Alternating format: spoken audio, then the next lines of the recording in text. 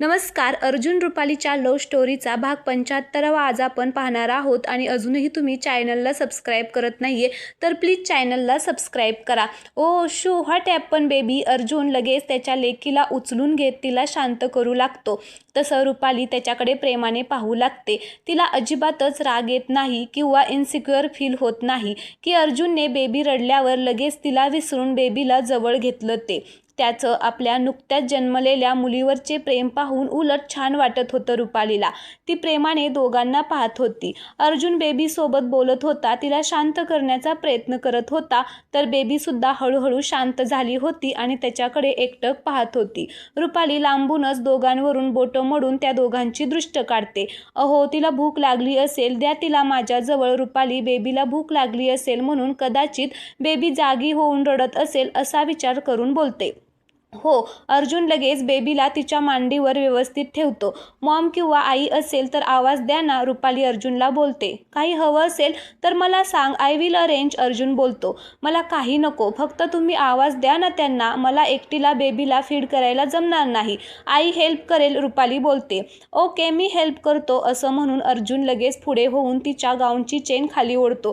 काय करताय. त्याच्या अशा अचानक वागण्याने रुपाली घाबरून डोळे मोठे करून त्याला पाहते. तिचा एक हात आपोआपच गाऊनच्या चेनवर जातो. व्हॉट. काय करतोय म्हणजे. तुला हेल्प करत होतो. अर्जुन काहीच झालं नाही अशा आविर्भावात बोलतो.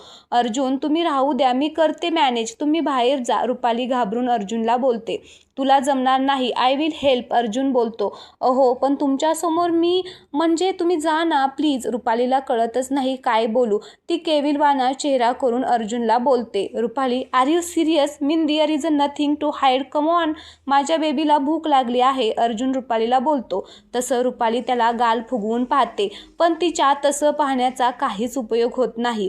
अर्जुन समोर येऊन बेबीला थोडं वर उचलून थोडं रुपाली जवळ सरकून बेडवर बसवतो. मग रुपाली सुद्धा लाजायचं सोडून तिच्या बेबीवर फोकस करते. बेबी तोंडाने चुटुक चुटुक आवाज काढत दूध पीत होतं.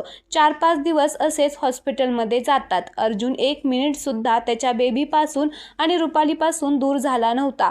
त्याने त्याचा लॅपटॉप आणि महत्त्वाच्या फाईल हॉस्पिटलमध्येच मागून घेतल्या होत्या. दिवसभर सगळेच हॉस्पिटलमध्ये येत होते, पण रात्री अर्जुन रुपालीजवळ तिच्या रूममध्ये थांबत होता. काही गरज लागली तर म्हणून रुपालीची आई किंवा अर्जुनची मॉम पण आलटून पालटून हॉस्पिटलमध्ये थांबत होत्या. अर्जुनसोबत आरव सुद्धा त्याचं ऑफिसचं काम विजयला सोपवून रुपाली आणि बेबीजवळ बसून होता. त्याला तर ऑफिसला दांडी मारायला कारणच लागत होतं. अशातच 5 दिवस निघून जातात. आज रुपाली आणि बेबीला घरी घेऊन जाणार होते. अर्जुनने बेबी आणि रुपालीच्या स्वागतासाठी बाकी सगळ्यांना आधीच मीरा मेन्शनवर पाठवलं होतं. अर्जुन ज्या गाडीतून बेबीला घेऊन जाणार होता ती त्याची कार पण थोडी सजवून घेतली होती. अर्जुन बेबीला घेऊन बसतो आणि रुपाली त्याच्या शेजारी बसते.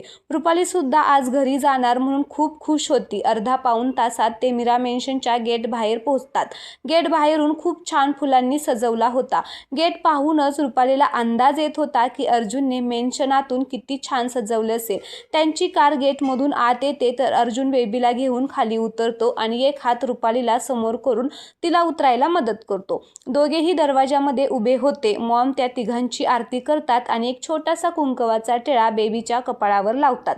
मॉम, कुंकू ऑर्गॅनिक आहे ना. अर्जुन लगेच काळजीने विचारतो. हो बाळाचे बाबा, कुंकू ऑर्गॅनिकच आहे. मॉम वैतागून हसत अर्जुनला चिडवत बोलतात. तसेच सगळे हसू लागतात. रुपालीला सुद्धा खूप हसायला येतं, कारण बाळ झाल्यापासून अर्जुन सारखं सगळ्यांना टोकत असायचाच. हे असंच आहे ना, ते तसंच आहे ना, ते असं करू नका, तसं करा, वगैरे वगैरे. त्यामुळे सगळेच त्याला वैतागले होते. बेबीचे वेलकम करण्यासाठी किल्लेदार आणि मराठे दोन्ही फॅमिली एकत्र जमल्या होत्या. विजय आणि सोनाली पण आले होते. मयंक पण होता आणि रुपालीची मैत्रीण कोमल पण आली होती. आरव तर त्याच्या कॅमेऱ्यामध्ये सगळं शूट करत होता.